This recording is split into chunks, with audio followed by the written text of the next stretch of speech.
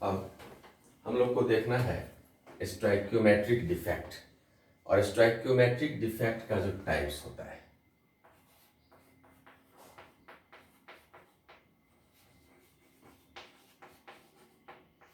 Stoichiometric defect, और इस stoichiometric defect का दो टाइप होता है। वैसे स्टोइकियोमेट्रिक डिफेक्ट होता क्या है, तो number of cations and number of anions becomes constant. Number of cation and number of anion stoichiometric को डिफेक्ट में कांस्टेंट होंगे। यह दो तरह का होता है, एक को बोलते हैं शॉर्टकी डिफेक्ट, और दूसरे को बोला जाता है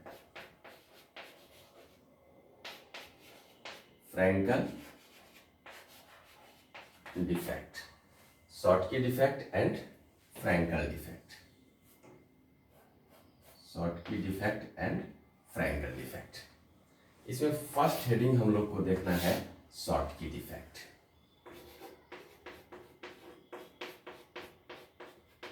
शॉर्टकी डिफेक्ट ये क्या होता है, तो सबसे पहले तो ये एग्जाम्पल है स्टोइकियोमेट्रिक डिफेक्ट का। तो जो ही यह स्टोइकियोमेट्रिक डिफेक्ट का एग्जाम्पल हुआ, यानी इसमें जो नंबर ऑफ केटायंस होंगे एंड नंबर ऑफ एनायंस होंगे, नंबर ऑफ एनायंस होंगे वो कांस्टेंट हो जाएंगे। Number of cations and number of anions क्या हो जाएंगे, कांस्टेंट हो जाएंगे। ये हो गया शॉर्टकी डिफेक्ट। अब इस डिफेक्ट में कांस्टेंट कैसे होंगे number of cation and number of anion, इस चीज को देखें।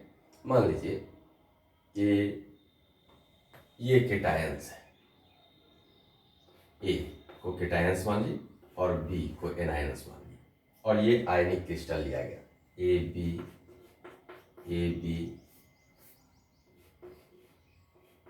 ए बी, ये आयनिक क्रिस्टल लिया गया।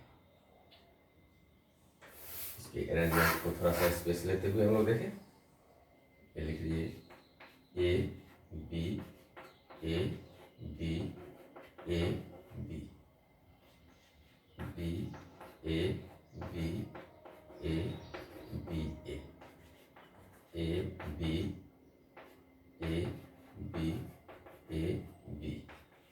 B A B A B A, ये एक आयनिक क्रिस्टल दिया गया, जिसमें हम ए को केटायन कंसीडर किए एंड बी को एनायन कंसीडर किए। अगर यह शॉर्टकी डिफेक्ट दिखलाएगा तो शॉर्टकी डिफेक्ट में रेशियो चेंज नहीं होना चाहिए। यहाँ पर अगर हम केटायन एंड एनायन का रेशियो देखें, number of cation and number of anion का रेशियो देखें, तो 1 2 3 4 5 6 7 8 9 10 11 12, ये 12 ये आ गया। और केटायन के बाद एनायंस का रेडियस देखें, सॉरी एनायन का संख्या देखें, ये केटायन का संख्या ए और एनायन की संख्या को हम लोग कंसीडर करें जो एनायन बी है, उसमें भी 1 2 3 4 5 6 7 8 9 10 11 12, ये भी 12 है। मीन्स इसका जो रेशियो है वह रेशियो 1:1 के टर्म में आ गया, और ये कांस्टेंट रेशियो को दिखलाएगा। डिफेक्ट के बाद भी ये जो रेशियो है इसमें कोई चेंज नहीं आएगा, इसी को आप शॉर्टकी डिफेक्ट बोलते हैं। जैसे यहाँ पर देखिए, मान लीजिए डिफेक्ट के दौरान यहाँ पर क्या होता है, तो A B A B A B B A B A B A, A B A B A B B A B A B A. अब जो डिफेक्ट हुआ उस डिफेक्ट में ए का संख्या यहाँ पर घटा और बी का संख्या घटा और दोनों सेम नंबर में हटा क्रिस्टल से। यानी आप यहाँ पर देख रहे हैं तो 1 2 3 4 5 6 7 8 9 10 11 यानी ए बाई बी अगर हम रेशियो निकालते हैं तो ए का संख्या 11 और B 1 2 3 4 5 6 7 8 9 10 11 this one is also 11। तो इसका भी रेशियो क्या हो गया 1:1 के रेशियो में यह भी आ गया। मीन्स ये भी 1:1 था और यह भी 1:1 है। तो इसमें क्या हुआ कि number of cations and number of anions में कोई वेरिएशन नहीं हुआ, वह कांस्टेंट ही रहा। और इसके कांस्टेंसी के को मेंटेन रखने के लिए यहाँ पर same number of cation and anions are missing from the crystal when it becomes defective. जब क्रिस्टल डिफेक्टिव हो रहा है तो सेम नंबर में कैटायन और एनायन हट रहे हैं। ठीक है, तो ये हो गया शॉर्ट की डिफेक्ट। यानी शॉर्ट की डिफेक्ट में क्या कर सकते हैं कि इसमें जो शॉर्ट की डिफेक्ट में क्या हो सकता है तो कह सकते हैं कि same number of cations and anions are missing during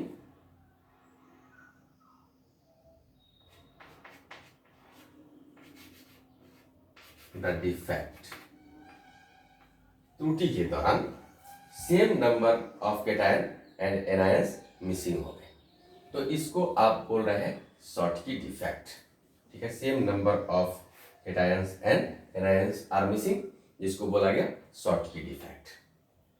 अब इस शॉर्ट की डिफेक्ट का प्रॉपर्टीज क्या हो सकता है, पहले तो हम ये समझ लें कि इसके एग्जाम्पल्स में कौन से एग्जाम्पल हो सकते हैं जो शॉर्ट की डिफेक्ट को दिखलाएंगे। तो चूंकि same number of cations and anions are missing, तो एक साथ कैटायन और एनायन का मिसिंग तभी पॉसिबल है जब साइज ऑलमोस्ट सेम हो। ये हमेशा दिमाग में रखना है। वैसे तो एग्जाम्पल के लिए हम लोग याद रख लेंगे कि NaCl CsCl EtC are the examples of Schottky defect. लेकिन हम लोग पेरियोडिक टेबल पढ़े हैं, केमिकल बॉन्डिंग पढ़े हैं, फैजन्स रूल पढ़े हैं, बहुत सारा टॉपिक्स हम लोग का क्लियर है पीछे 11th क्लास में। तो उस कंडीशन में ऐसा कुछ ऑप्शंस दिया जाए जहां पर में अब पता ही करना पड़ जाएगा कि शॉर्ट की डिफेक्ट कौन सा होगा, जो कॉपी पर या नोट्स पर लिखा हुआ है उससे काम नहीं चलेगा। तो फिर हम लोग चर्चा करेंगे किस बात का, कि देखेंगे कौन सा ऐसा एग्जाम्पल है जिसमें कैटायन और एनायन का साइज ऑलमोस्ट इक्वल है। अगर साइज ऑलमोस्ट इक्वल है तो उस कंडीशन में वह शॉर्ट की डिफेक्ट का एग्जाम्पल होगा। मीन्स यहाँ पर दूसरे पॉइंट के लिए हम लिख दिए कि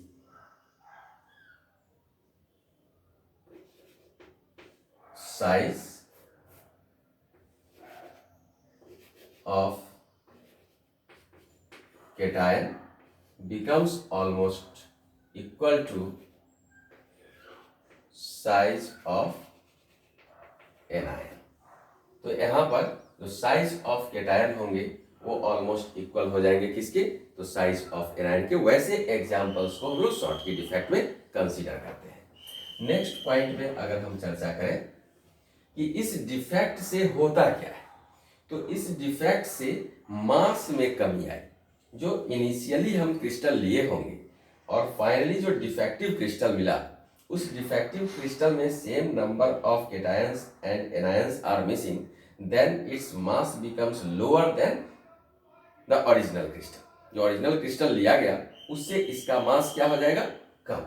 यानी आप कह सकते हैं इसके मास में कमी आएगी। ठीक है, क्या इसके वॉल्यूम में कमी आएगी? नहीं, इसका जितना वॉल्यूम आप ले रहे हैं, ये जो क्रिस्टल लिया गया है इसका जो वॉल्यूम होगा और ये जो क्रिस्टल लिया गया होगा इसका जो वॉल्यूम होगा वो दोनों सेम हो जाएगा। यानी वॉल्यूम का बात करें तो वॉल्यूम में नो चेंज, इसके वॉल्यूम में कोई परिवर्तन नहीं होगा, लेकिन डेंसिटी का अगर बात करें तो डेंसिटी घटेगा। क्यों घटेगा? क्योंकि density mass and volume dependent physical quantity है। तो चूंकि मास के घटने से घटा, तो अब क्वेश्चन यहां पर हो सकता है कि density decreases due to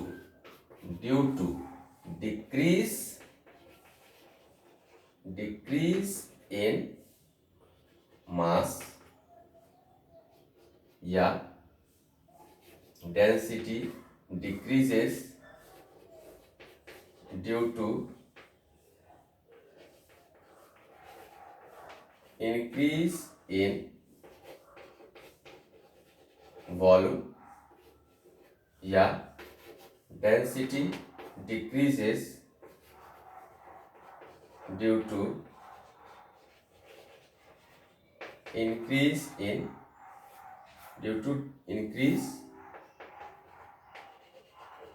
in mass or density decreases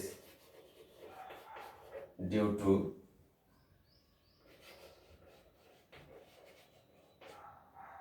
decrease in volume। इतना बात समझ आ गया?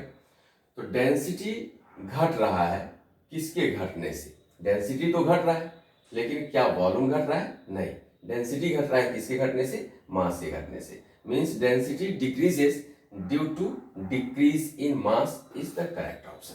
इसके लिए जो करेक्ट ऑप्शन हो जाएगा वो ये कि मास के घटने से डेंसिटी घट रहा है। तो शॉटकी डिफेक्ट में हम लोग क्या देखें कि size of cation and anion almost same होना चाहिए, इसके मास में कमी आएगी, वॉल्यूम में कोई परिवर्तन नहीं होगा, इसके डेंसिटी में कमी आएगी ड्यू टू चेंज इन मास, क्योंकि डेंसिटी इज इक्वल टू होता है मास पर वॉल्यूम, मास घटा तो डेंसिटी भी घटा, वॉल्यूम तो कांस्टेंट है। ठीक है, अब यहाँ पर में दूसरा चर्चा आ सकता है कि क्या यह इलेक्ट्रिकली कंडक्टर होगा या नहीं। मीन्स हम ये कह सकते हैं कि यह इलेक्ट्रिकल कंडक्टिविटी को दिखलाएगा या नहीं। ठीक है, तो आप ये कहेंगे कि due to presence of same number of cation and anions it is electrically neutral. इसको क्या बोला जा सकता है? इलेक्ट्रिकली न्यूट्रल बोला जा सकता है। क्यों? क्योंकि same number of cations and anion है, इसलिए इसको इलेक्ट्रिकली न्यूट्रल बोला जाएगा। लेकिन due to presence of hole it conducts electricity up to some extent.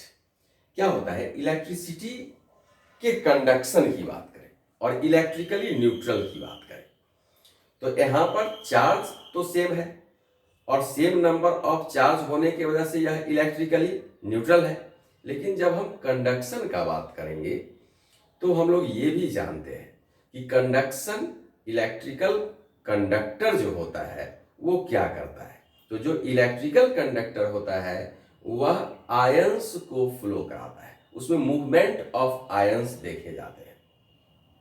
तो जब हम NaCl का क्रिस्टल लेंगे, आयनिक क्रिस्टल, तो उस कंडीशन में वह बैड कंडक्टर ऑफ इलेक्ट्रिसिटी होगा अगर वह डिफेक्टिव नहीं है तो। जैसे हम केमिकल बॉन्डिंग में भी आयनिक कंपाउंड पढ़े थे तो उस वक्त आपको बतलाया गया था कि NaCl in solid state it is bad conductor, but in liquid state, either in molten state or in aqueous state, it is good conductor of electricity. But in solid state, it may conduct electricity when it is defective. जब यह defective होगा तो solid state में भी electricity को conduct करेगा, partially ही सही, आंशिक रूप से ही सही, लेकिन वह बैड कंडक्टर नहीं होगा, वह कंडक्शन की तरफ जाएगा। हाँ, लेकिन जब क्वेश्चन ये पूछेगा कि यह इलेक्ट्रिकली न्यूट्रल है या नहीं, तो यह इलेक्ट्रिकली न्यूट्रल है, क्योंकि इसमें number of cations and number of anions same है। तो ये था सॉर्ट की डिफेक्ट। जो पॉइंट्स हम डिस्कशन में लाए उसको आप नोट्स में जरूर लिखेंगे।